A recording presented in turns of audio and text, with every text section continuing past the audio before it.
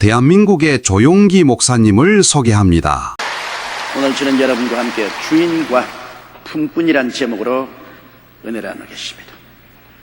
옛날 우리 한국에 있는 전설의 고향에 나오는 우화에 보면은 한 나무꾼이 산에 나무를 갔는데 그곳에서 도인을 만났어요.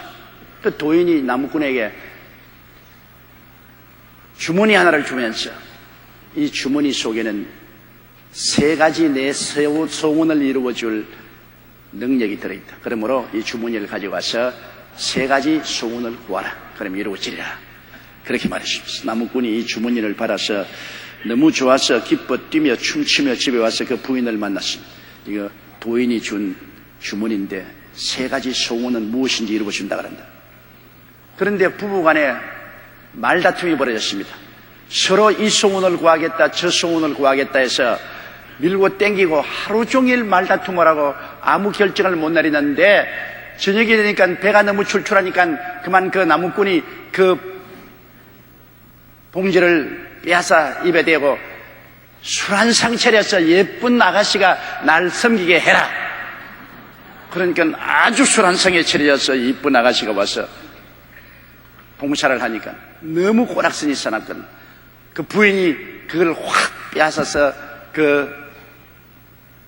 이 소원 성취하는 봉지에 대고 저 술잔이 입에 딱 붙어버리라. 그러니까 딱 붙어서 이제 안 떨어지니까 큰일 났단 말입니다. 할 수 없어. 또 거기에 대고 술잔 떨어져라. 떨어지고 말았습니다. 새 소원이 다 날아가 버리고 말았습니다.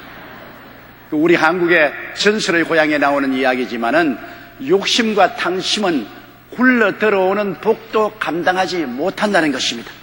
항상 우리 인생에 자기 중심으로 살고 이기주의로 살고 욕심과 탕심에 이끌리면 복을 받을 수 없을 뿐 아니라 들어오는 복도 누리지 못한다는 것입니다. 바로 오늘 우리가 읽은 하나님 말씀 중에 둘째 아들이 이와 같은 체험을 한 것입니다. 한 농부가 있었습니다. 큰 농장을 가지고 있었습니다. 푸른 숲이 우거졌습니다. 화수원도 잘 떼고 밭에 곡식들도 잘 떼었습니다. 많은 종들과 품꾼들을 거느리고 일을 하고 아들도 둘이 있었는데 맏아들과 둘째 아들도 함께 종들과 품꾼들과 아침 일찍 일어나서 들에 가서 일을 하면 저녁 늦게 별을 보고 돌아보냈습니다. 생활은 부유했습니다. 그리고 가정은 화목하고 좋았는데 애들이 자라자 둘째가 그만 염증에 생겼습니다. 왜 우리 집에는 아버지만 주인이고 아버지만 주권 행사를 하느냐?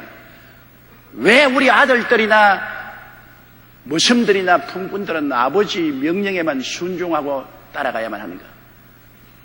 나는 아버지의 주권에 순종하는 것이 이젠 염증이 났다. 그러므로 나도 나가서 주인이 되고 싶다. 그래서 아버지께 나서 아버지 이제 내게 속한 분깃을 내게 주소서. 그러면 나도 나가서 독립해서 살겠습니다. 아버지가 얘야 아직 너희는 나이도 안 되고 스스로 주인 될 능력도 없으니까 좀 더 기다리라. 난 못 기다리겠어.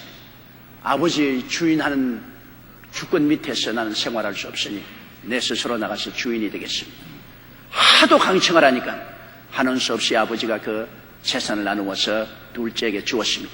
둘째는 그 재산을 순식간에 다 팔아서 정리해서 돈으로 만들어서 그날 그 시로 먼 나라로 떠났습니다. 왜냐하면 아버지의 그림자가 싫고 간섭이 싫습니다. 이제는 스스로 자기가 주인이 되었으니 주인 행세를 하고 싶습니다. 먼 나라에 가서 아버지가 없이 이젠 주인이 되었습니다. 야, 해방이다. 나도 이젠 주인이다. 나도 스스로 주권 행사를 하고 살겠다. 그러나 그는 주인이 되고 주권 행사를 할 수는 있었으나 능력은 없었습니다. 그래서 그 길로부터 그 돈 많으니까 친구들 거느리고 술집에 가서 여자들과 함께 주지육념에 빠져서 살고 허랑방탕했습니다. 하루도 아니고 이틀도 아니고 사흘이 아니고 날이 날마다 먹고 마시고 징탕 놀아졌겠으니 그 돈이 끝이 있을 수가 있습니까? 돈은 다 고갈되는데 그날에 굉장히 큰 흉년이 다가왔습니다. 사람들마다 먹을 양심이 결핍하고 직장을 구할 수가 없습니다.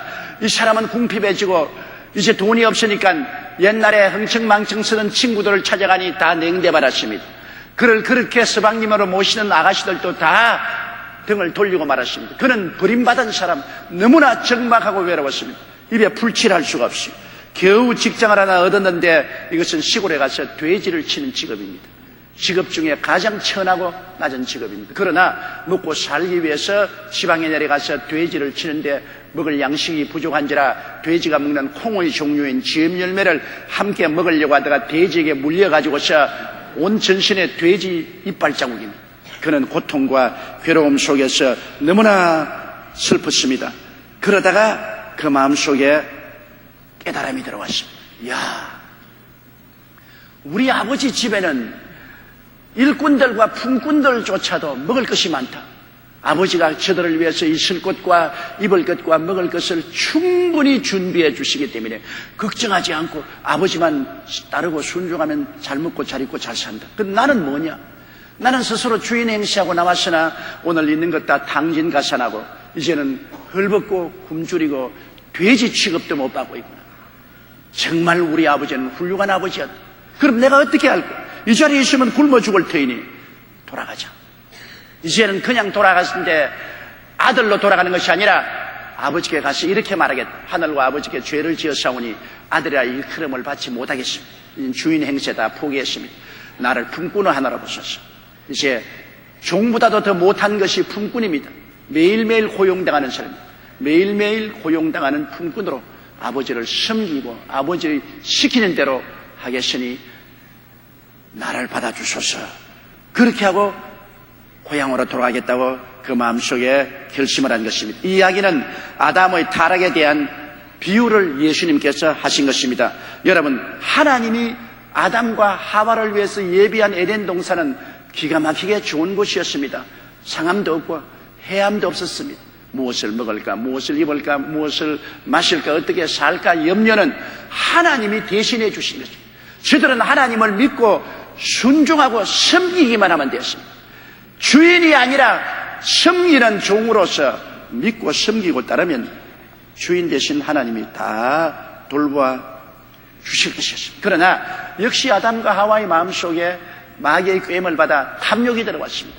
욕심이 잉태한 즉 죄를 낳고 죄가 장성한 즉 사망을 낳는다고 탐욕이 들어오며 내가 하나님께 순종할 것이 뭐냐? 왜 하나님을 섬겨야 되느냐? 하나님은 왜 우리 위에 주인이 되고 주권 행사하고 우리는 하나님을 섬기는 종로로 돼야 되겠는가? 나도 하나님처럼 되어서 주인이 되겠다. 그래서 하나님의 주권에 반역을 했습니다. 여러분, 하나님은 온 우주 가운데 모든 죄는 용서해 주시지만은 하나님의 주권에 대해서 도전하는 죄는 절대로 용서하지 않습니다. 천사도 하나님처럼 높아지겠다고 주권에 도전하다가 루시퍼가 타락한 천사들과 함께 쫓겨나서 귀신들과 타락한 마귀가 되고 마는 것입니다. 주권에 도전하는 것은 하나님은 허락하지 않습니다. 아담과 하와는 하나님의 형상과 모양대로 지음받고 하나님의 극진한 사랑을 입었으나 하나님처럼 되겠다고 주권에 도전할 때 하나님은 가차없이 형벌하여 에덴에서 내어 쫓아버리십니다.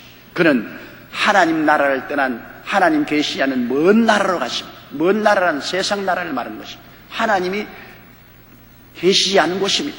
그는 처음 하나님을 떠나 먼 나라로 와서 이제 내가 주권자다. 이제 내 마음대로 살 수 있다.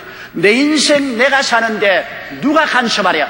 옛날에는 내 인생이 하나님 것이었으나 이제는 내 인생 내 것이다. 내 인생 내 마음대로 사는데 누가 말할 것이다. 그래서 하나님이 주신 하늘과 땅과 세계와 그 가운데 모든 부요를 가지고 하나님이 주신 인생으로 허랑방탕하게 살았습니다.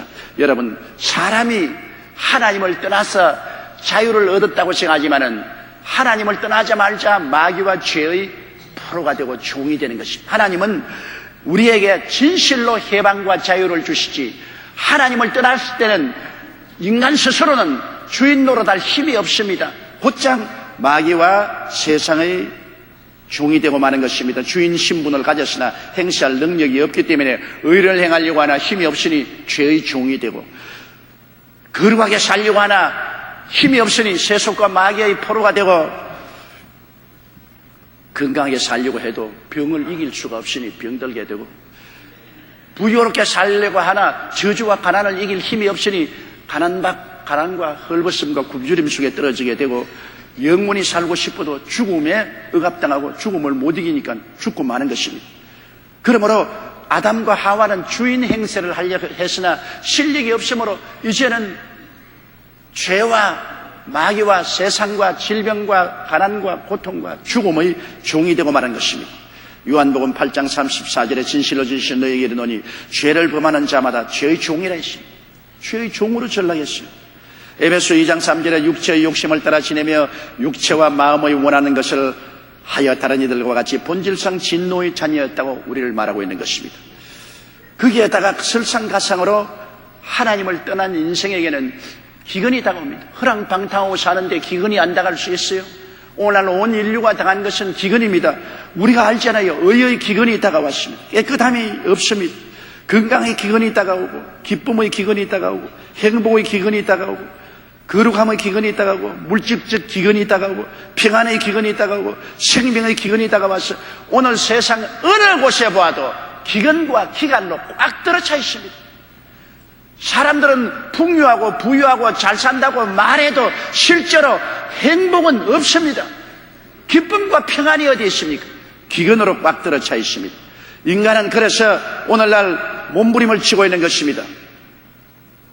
소련의 유명한 문호였던 도스토옙스키는 말하기를 사람이 하나님을 등질 때 모든 것을 등진다고 말했습니다. 사람들은 하나님을 저버릴 때 보통 하나님만 저버린다고 생각합니다. 그러나 사실 하나님을 저버리는 그 순간 우리는 의도, 깨끗함도, 건강도, 기쁨도, 평안도, 행복도, 생명도, 심지어 자기 자신마저 등지게 되어버리고 마는 것입니다.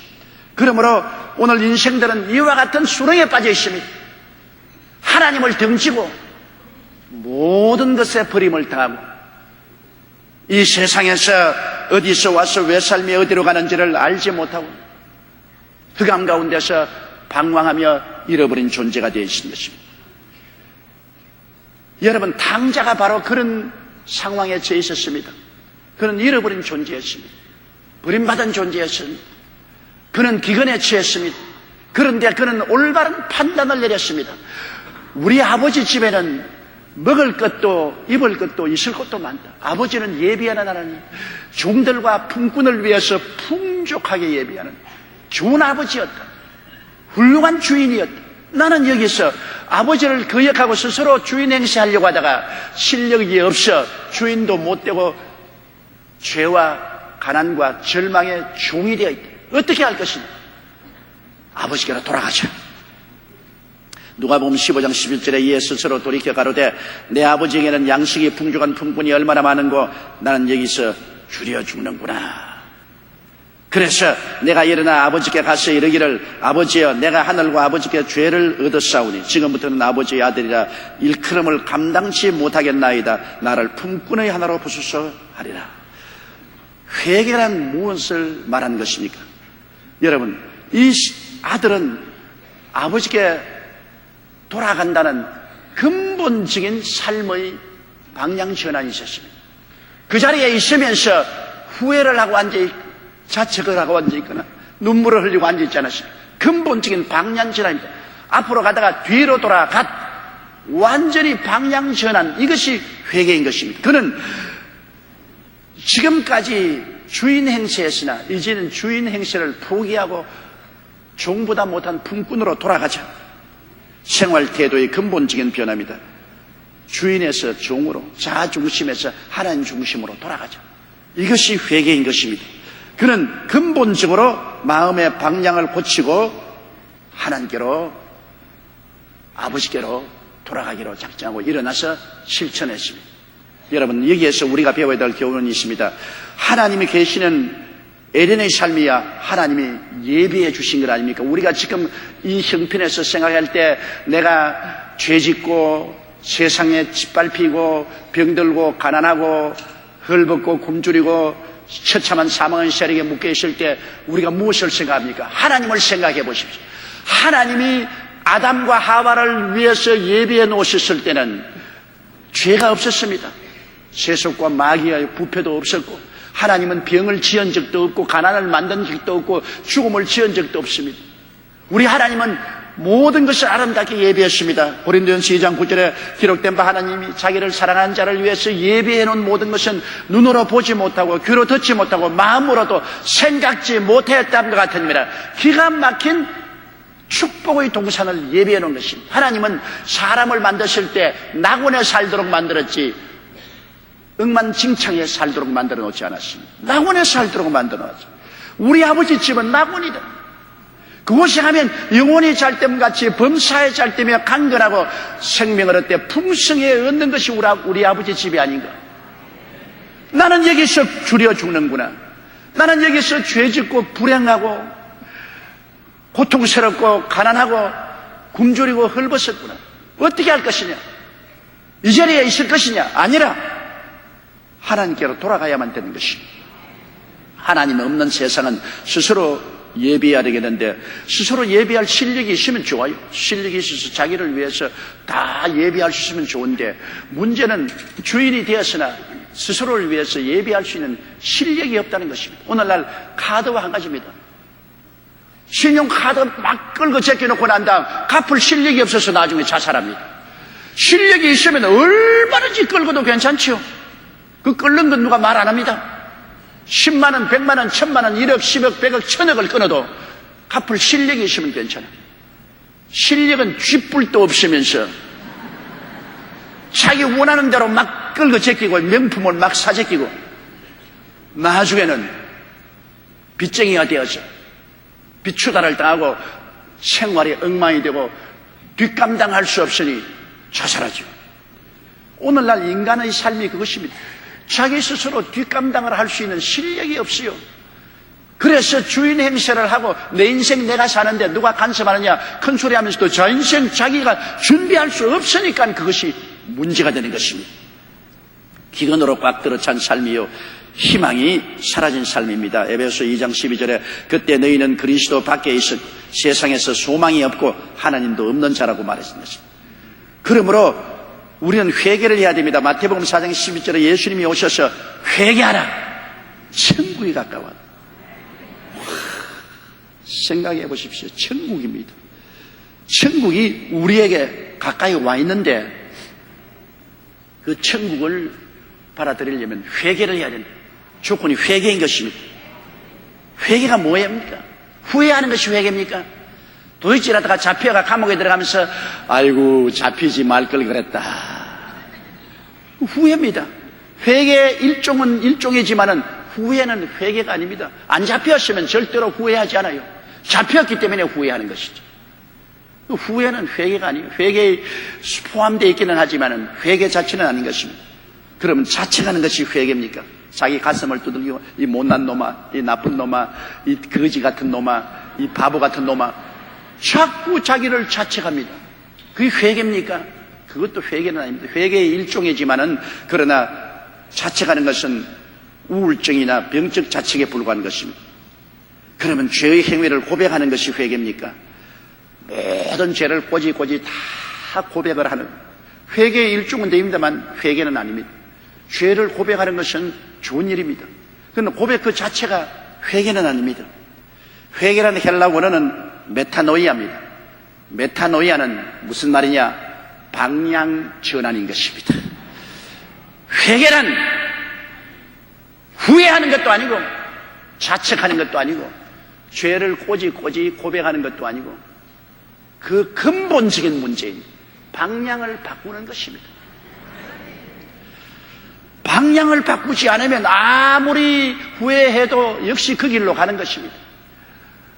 방향을 바꾸지 않은 이상 아무리 자책을 하고도 가슴 치면서도 그 길로 가는 거예요. 아무리 죄를 다 고백하면서도 그 길로 가는 거예요. 그러니 회개가 아니죠. 회개는 뒤로 돌아가 방향을 바꿉니다. 가룟 유다는 보십시오. 예수님을 팔아먹고 난 다음에 회개했나요? 아닙니다. 그는 후회하고 자책하고 자기가 죄를 지었다고 고백하고 자살해버렸습니다. 돌이켜 예수께로 오지 않았습니다. 그다음 베드로는 예수님을 모른다고 3번이나 부인하고 죄를 범했지만은 그냥 후회하고 있었습니까? 자책하고 있었습니까? 고백하고만 있었습니다. 아닙니다. 돌이켜 예수 믿기로 찾아왔습니다. 이것이 진실한 회개가 되는 것입니다.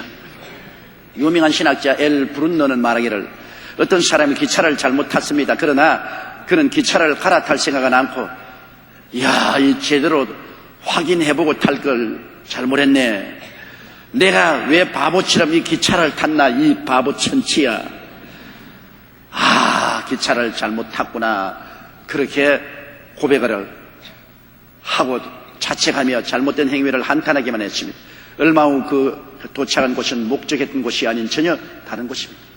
그가 목적지에 도달하기 위해서는 기차를 갈아탔어야만 하는 것입니다. 마찬가지로 회개는 방향 전환을 의미하는 것입니다. 메타노이아, 완전히 방향 전환을 해야 됩니다. 이 탕자가 돼지 소굴에 앉아가지고서 후회하고 자책하고 자기 잘못을 손가락 꼽아 고백한다고 문제가 해결되는 거 아닙니다.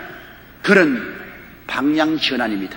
내가 주인 노릇하던 것 포기하고 이제는 품꾼으로 돌아가죠. 내 중심의 생활 포기하고 아버지 중심으로 돌아가자. 일어나서 아버지께로 가자. 완전히 방향 전환이 바로 회개인 것입니다. 우리가 정말 내 중심으로 인생을 살다가 그것을 포기하고 내 가슴에 예수님을 구주로 모시고 예수 중심으로 살고 내 인생 내가 살겠다고 내 마음대로 살다가 예수님 뜻대로 살고 나를 섬기다가 예수님 섬기는 삶을 살아야죠. 많은 예수 믿는 사람들이 교회 왔다 가면 하면서도 그리스도교 문화 속에 삽니다. 그저 예수 믿는 사람은 주일 교회 나간다 하더라. 예수 믿는 사람은 찬송도 부르고 기도도 한다 하더라.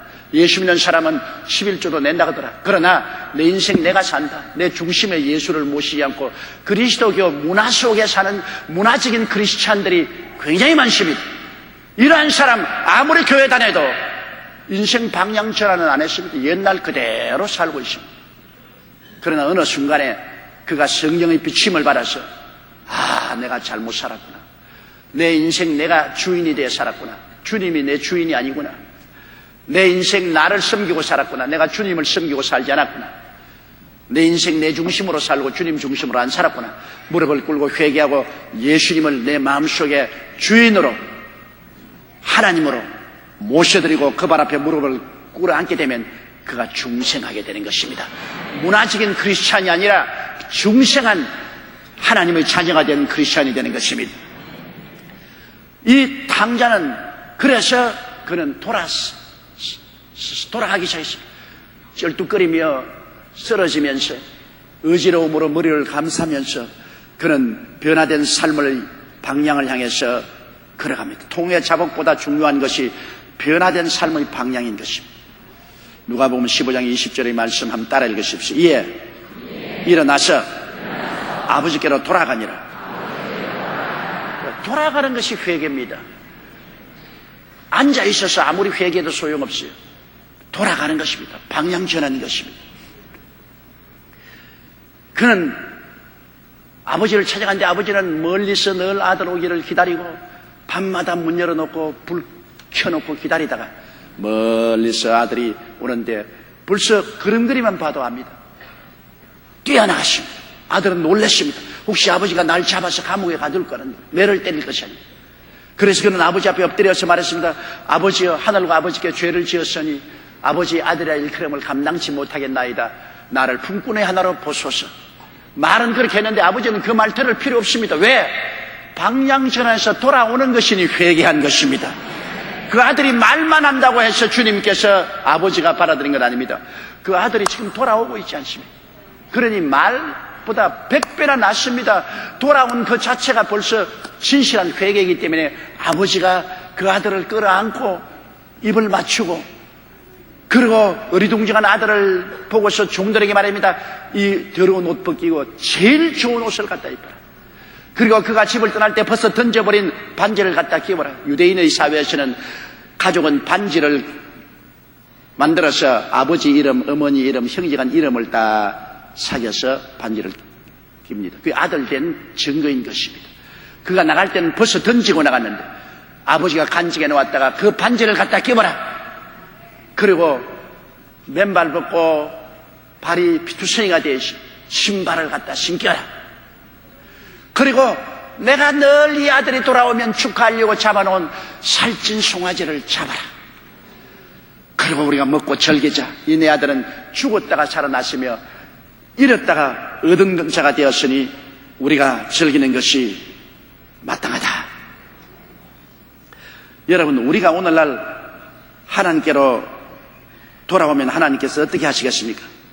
이사야 55장 7절에 말하기를 악인은 그 길을 불의한 자는 그 생각을 버리고 야훼께로 돌아오라. 그리하면 그가 긍휼히 여기시려 우리 하나님께로 나오라. 그가 널리 용서하시라고 말씀한 것입니다. 얼마나 좋은 하나님이신 것입니다.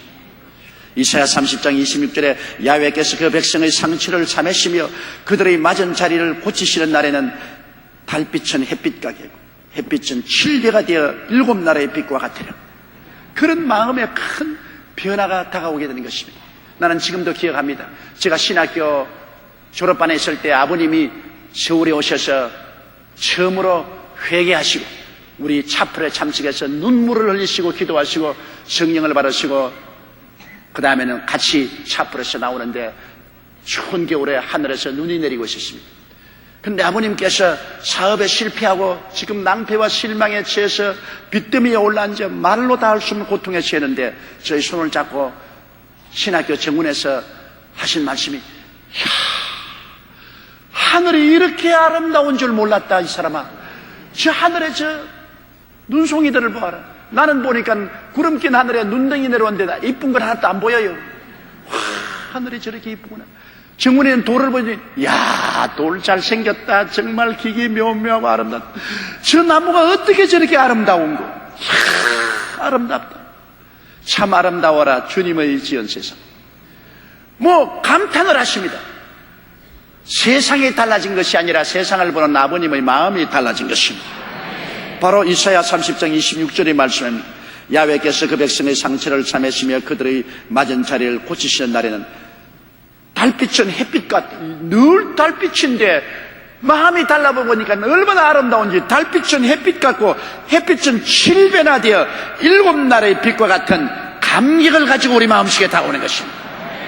환경이 변한 것이 아니라 내가 변화된 것입니다. 우리 하나님께로 돌아가면 하나님이 이런 변화를 일으켜주는 것입니다. 하나님은 우리에게 뭐라고 말씀하실지요? 제일 좋은 옷을 갖다 입혀라. 우리는 행위가 다 더러워서 우리의 입은 의의 옷은 더러운 능마와 같습니다.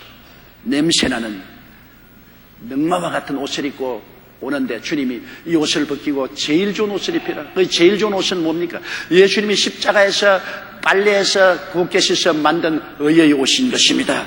주님께서는 우리를 위해서 십자가에서 우리 일생의 죄를 다 청산하시고 우리를 위해서 의의 옷을 만들었습니다. 죄를 한 번도 안 지은 상태, 하나님 앞에 설 때 부끄러움이 없이 설 수 있는 상태, 마귀에게 참소를 당할 수 없는 아름다움, 그 의의 옷을 입혀 주시는 것입니다. 예수를 구주로 모신 여러분은 다 하나님이 그 의의 옷을 입혀 주신 것입니다. 성경이 그렇게 말하고 있습니다. 에베소 1장 7절에 우리가 그리스도 안에서 그 은혜의 풍성함을 따라 그의 피로 말미암아 구속고 죄사함을 받았느니라. 로마서 3장 23절 24절에 모든 사람이 죄를 범하였으며 하나님의 영광에 이르지 못하더니 그리스도 예수 안에 있는 구속으로 말미암아 하나님의 은혜로 값없이 의롭다 하심을 얻은 자 되었느니라. 여러분은 다 의의 옷을 입은 사람들이 된 것인 것입니다. 그러고는 하나님이 뭐라고 말씀하신지 알아요? 반지를 갖다 끼워라. 주님께 돌아오면 반지를 갖다 끼워라. 이제 세상에 있을 때는 반지가 없습니다. 하나님의 아들 된 확증이 없어요. 그러나 이 반지에는 아버지의 이름과 예수님의 이름과 성령님의 이름이 기록되고 여러분의 이름이 거기에 기록된 것입니다. 너는 아버지와 아들과 성령의 자녀다. 이 반지가 바로 뭡니까? 고린도후서 1장 20절에 저가 또한 우리에게 인치시고 보증으로 성령을 우리 마음에 주셨느니라. 성령이 바로 반지인 것입니다. 로마서 8장 16절에 성령의 친히 우리 영으로 더불어 우리가 하나님의 자녀인 것을 증거한다. 성령의 반지를 하나님께서 우리 마음에 주시는 것입니다. 성령이 와서 우리에게 인을 쳤으니 우리는 하나님의 자녀요 예수님의 아우여 신부요 성령님의 돌보는 약물인 것입니다. 세상 사람이 도저히 체험할 수 없는 위대한 증거가 우리 속에 인쳐지는 것입니다. 그리고는 하나님이 뭐라고 말하십니까? 신발을 갖다 신기라. 신발은, 여러분, 신발 없이 인생을 사는 것은 피투성이 아닙니다. 신발 없이 살면 돌에 차이어 발가락이 빠지고 돌짝을 빠져 어떻게 걸어가겠습니까? 가시바지를 어떻게 피투성이에 대해 걸어가겠습니까? 신발을 신겨라. 예수님이 십자가에서 우리가 평안히 살 수 있는 신발, 의의 신발, 거룩한 신발, 치료의 신발, 축복의 신발, 영생 복락의 신발을 만들어 놓은 것입니다. 복음의 평안의 예비한 신발을 우리가 믿음으로 신으면 그리스도의 은혜를 의지해서 이 험한 세상을 우리는 멋있게 살아갈 수가 있는 것입니다. 신발 없이 인생을 살지 말고 맨발로 인생을 뛰지 말고 예수님이 십자가에서 예비해 주신 축복의 신발을 믿음으로 신고 살아야 됩니다. 그러고는 하나님께서 내가 예비한 송아지 있다 않냐? 그걸 가지고 잔치를 베풀어라. 하나님이 우리 위해서 베푸는 잔치는 뭐합니까? 요한 3서 1장 2절에 사랑하는 자여 내 영혼이 잘됨같이 내가 범사에 잘되고 강건하기를 간구하노라. 하나님이 잔치입니다. 로마서 8장 32절에 자기 아들을 아끼지 아니하시고 우리 모든 사람을 위하여 내어 주신 이가 어찌 그 아들과 함께 모든 것을 우리에게 은사로 주지 않겠냐? 하나님께서 영혼의 잔치를 베풀어라.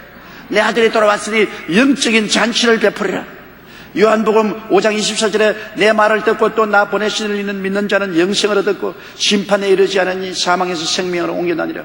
생명의 잔치를 베풀고 성령으로 충만하여 영적으로 은혜가 넘치게 하라. 우리 예수께 돌아오고 우리 마음속에 의와 평강과 희락을 받았으며 믿음, 소망, 사랑을 얻지 않았습니까? 성령 안에서 우리는 매일같이 영적인 잔치를 하고 살아야 되는 것입니다. 하나님이 영적 잔치를 베풀었습니다. 그 다음에 범사에 잘 때는 잔치를 베풀어라. 하나님이 우리를 다스리고 돌보시고 준비하는 삶을 살기 때문에 우리가 그 잔치 아닙니까? 수고하고 무거운 짐진 자들은 다 내게로 오라. 내가 너를 쉬게 하리라. 이제는 우리 짐을 지시는 하나님께 우리가 나가서 개인, 가정, 생활, 자녀, 사업의 수고하고 무거운 짐을 다 맡기고 평안의 잔치를 가질 수가 있는 것입니다. 시편 30편 11절에 주께서 나의 슬픔을 변하여 춤이 되게 하시며 나의 베옷을 벗기고 기쁨으로 띠띠우셨나이다. 주님께 의지하여 춤을 추고 기쁨으로 사는 것이 우리의 삶의 잔치입니다.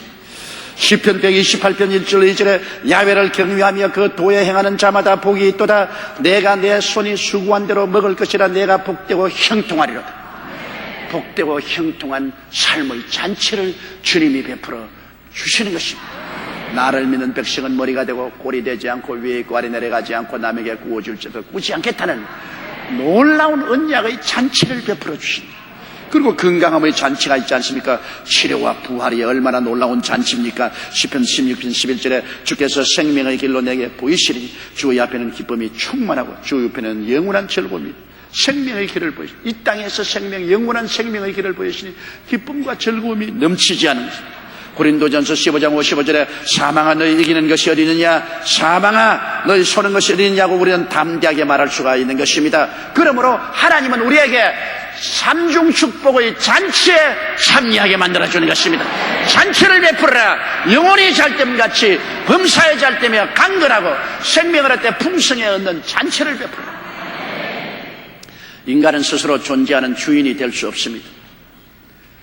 오직 하나님만이 스스로 계신 주인이요 절대 주권자인 것입니다. 독일의 어느 왕이 길을 가는데 영감님 한 사람을 만났습니다. 당신 누구요? 내가 왕이요. 아, 어느 나라 왕입니까? 내 나라 왕이요. 내 나라가 어디 있습니까? 내 몸이 내 나라요. 그러므로 내 나라, 내 몸이 내 것이니 나는 내 나라의 임금이요. 그런 의미에서 말한다면 우리도 다 임금이죠. 우리나라의 우리 주인이. 그러나 하나님 없이 내 나라의 주인이 된 그 순간부터 나는 마귀와 죄의 종이 되어버리고 마는 것입니다. 스스로 주인 될 힘이 없기 때문에 그 다음에는 모든 것을 다 빼앗겨버린 종이 되고 마는 것입니다. 오직 하나님만이 스스로 계신 주인이요 절대 주권자요. 하나님께 의지할 때 우리는 해방과 자유를 얻게 되는 것입니다. 스스로 존재하는 주인 행세를 하려는 곳에는 언제나 절망적인 기근과 고통이 따릅니다. 내 인생 내가 산다고 하는 것 좋은 것 같지만은 그곳에는 항상 기근과 고통이 있다는 것입니다. 예수님께서는 회개하라 천국이 가까워 내려가시는데 정말 천국을 누리고 천국 안에 들어가 살려면 참된 돌이킴인 회개가 있어야 되는 것입니다. 그것은 나 중심에서 주님 중심으로, 내가 주인하던 곳에 예수님이 주인으로, 나를 섬기는 곳에서 주님을 섬기는 것으로 방향 전환이 이루어져야만 되는 것입니다. 그래서 예수님을 임금님으로 모시고 하나님 아버지와 성령과 함께 살 때 천국이 임하는 것입니다.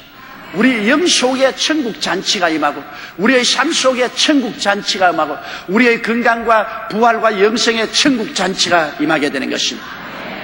회개해야 되는 것입니다. 우리는 진실로 회개해야 되는 것입니다. 문화적인 크리스천이 되어서는 안 됩니다. 형식과 의식적인 크리스천이 되어서는 안 됩니다. 진실로 돌아온 탕자처럼 참된 방향 전환을 한 회개를 해야 되는 것입니다. 주님이 여러분 마음속에 임금으로 앉아 계시나요? 예수님께서만이 여러분의 절대 주권자로 앉아 계시나요? 여러분은 그 밑에 무릎을 꿇고 주님을 주인으로 모시고 임금으로 섬기며 주님을 위해서 매일매일을 살아갑니까? 그러면 여러분 인생 주님이 책임져 주시는 것입니다. 주께서 여러분과 함께 계셔서 오중복음 삼중 축복으로 이끌어 주시는 것입니다. 다 같이 고개 숙여 기도드리겠습니다. 사랑이 많으시고 거룩하신 아버지 하나님, 우리는 다 한때 탕자와 같이 스스로 주인 되려고 하나님을 떠났습니다. 또 혹은 형식적이고 의식적인 문화적 크리스찬으로서 왔다 갔다 하지만은 스스로 자기 인생 자기가 살고 주인 행세했습니다. 그 결과로 기근과 고통과 낭패와 실망 속에 몸부림치고 살았습니다. 아버지여, 탕자가 아버지께로 돌아온 방향 전환을 한 것처럼 방향 전환을 하게 도와주시옵소서. 주인 행세한 죄를 회개하게 하여 주시옵소서. 자기 섬기고 산 죄를 회개하게 도와주시옵소서. 육체를 따라 산 죄를 회개하게 도와주시옵소서. 오늘 자기를 보좌에서 끌어내리고 그 보좌에 예수님을 앉히고 자기를 주인 자리에서 끌어내리고 예수님을 주인으로 모시게 도와주시옵소서. 주를 섬기고 주를 따라가게 도와주시옵소서. 주님께서 기쁘게 우리를 받아주시고 우리를 위해서 예비하신 삶을 허락하게 하옵소서. 예수님 이름으로 기도드리옵나이다. 아멘. 할렐루야. 아멘. 목사님 감사합니다. 구독과 좋아요는 제작하는 데 힘이 됩니다. 감사합니다.